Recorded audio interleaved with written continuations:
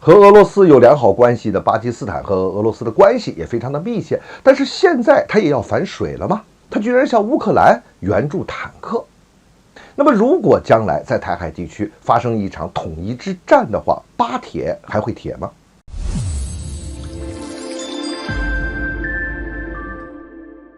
欢迎来到张斌观察，我是张斌。巴基斯坦和俄罗斯的关系是比较密切的。不过在俄乌冲突爆发以来前一段时间呢，他向乌克兰提供了1万发炮弹，还有159箱其他的这个弹药。最近呢，又有一个消息说，这个巴基斯坦要向乌克兰呢去提供44辆 T80UD 坦克。不过巴方现在还没有承认这个事情。从外界的一些报道和分析来看呢，这可能性还真的是挺大的。咱们说这个巴俄的关系其实一直是挺密切的。你比如说，他们有这个石油的合约，而且在政治立场上呢，巴基斯坦基本上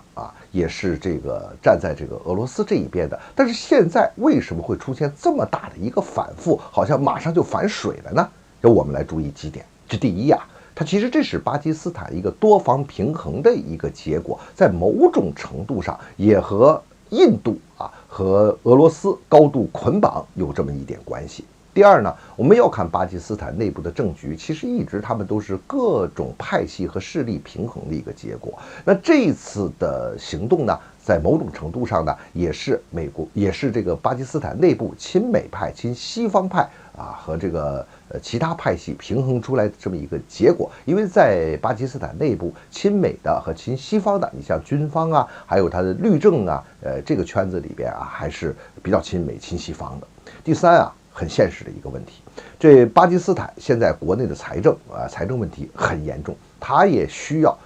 这个西方对它的援助。当然巴基斯坦还有一个重大的金主呢，就是沙特了。可西方这边呢，是一直给巴基斯坦施压，包括去年我们注意巴基斯坦政坛的这个变动，其实就也和美国和西方的这个施压，甚至采用一些颠覆手段是有关系的。那么考虑到政治方面的因素，考虑到经济方面的因素，巴基斯坦呢现在就要向西方有这么一个示好的表示。那么他援助一些东西给乌克兰，也正是他们这种示好的一个具体的一个表现。那么我们想想这些国家，巴基斯坦这些国家，它一定要在这中间求得一下平衡，来这个找到自己的位置。毕竟弱国有弱国的生存之道，而且呢，处于这个地缘的夹缝之中生存，确实也是很麻烦的一件事情。那不妨我们就可以有人就设想了，说这个如果将来我们在台海地区一定要进行一场必须进行一场统一之战的这么一个时候，那怎么办呢？那理论上这个巴基斯坦这边是不是也会出现各种变数呢？如果从理论上来说，那各种变数都有可能出现。当我们迫不得已必须要打这场统一之战的时候，那这个整个的事态和环境都会发生变化。这里边各国它一定有它自己的判断和它最后自己的选择，这种变化是肯定存在的。但是呢，这取决于几点作为巴铁还是不是咱们的巴铁这要跟我们自己是有多强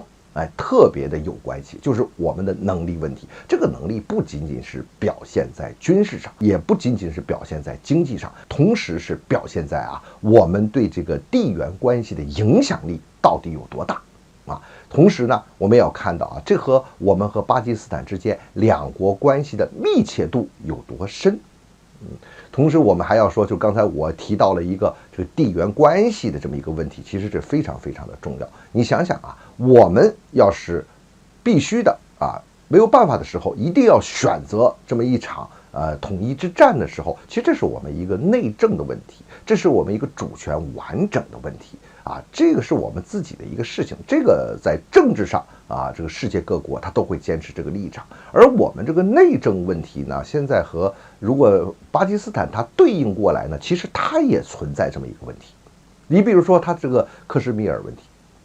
也存在这么个问题，所以他在这里边选择什么样的立场，他要谨慎的去平衡这个。而这个对地缘关系的影响呢，其实也决定着巴基斯坦最后的选择。比如说巴基斯坦最大的一个支持者